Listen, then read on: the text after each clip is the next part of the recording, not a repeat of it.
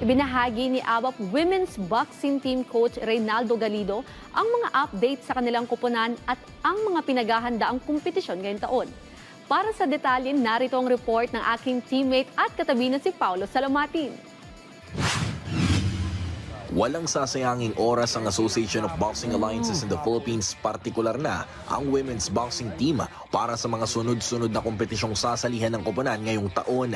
Ito'y matapos ang kanilang matagumpay na kampanya noong nakarang taon na kung saan highlight ng kanilang performance ang pagsungkit ng 2 bronze medals sa Paris Olympics na nagmula sa 2 Pinay boxers na sina Nesty Petesio at Ira Villegas. Sa naganap na interview ng Radyo Pilipinas 2 kay ABAP Women's Boxing Team Coach Reynaldo Galido, mas mabigat ang mga pagdadaanan ng mga boxers ngayong taon at sa mga susunod pa na taon ngayong nais ng 2 Pinay Olympians na muling umapak sa Olimpiada.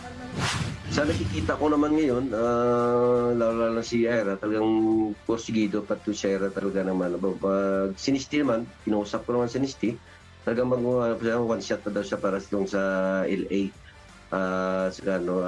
Itong Olympic na to. So talagang sabi ko kasi nga, so hindi natin na yan, kailangan gagawin natin yung hindi natin pwede na lang tayo na dapat mag-commitment pa rin tayo kahit na sabihin natin na maglaro ako sa Paris Olympics, so dapat nandun pa rin yung commitment sa training natin.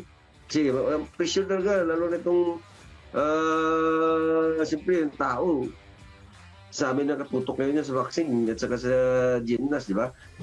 Ibinahagi rin ni Galido na naghihintay lang din sila na ma-release ang detailed service order ng kanilang mga soldier athletes at Pinay Boxing Olympians sa sina Villegas at Petesio upang tuluyan ang makasama sa training pool na naghahanda para sa mga malalaking kompetisyon ngayong taon.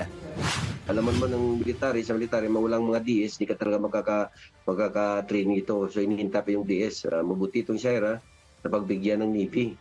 So kung bait yung ka ng Navy, pinakit siya ng Baguio. Kaya talagang ang pinaka-importante talaga nga yung talaga namin sa training talaga, sana nga malabasan na nga ng disorder yung mga athlete natin para maka-focus at maka-concentrate na sa training lang. Kasi wala, marami kami kasi mga kompetisyon na pinaprofesyonan. Kasi itong halos lahat ng buwan meron kami.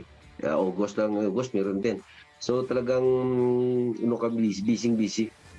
Samantala, nadagdagan ng 2 Pinay boxers ang koponan mula sa kanilang grassroots program na inaasahang magbibigay ng karangalan sa bansa balang araw.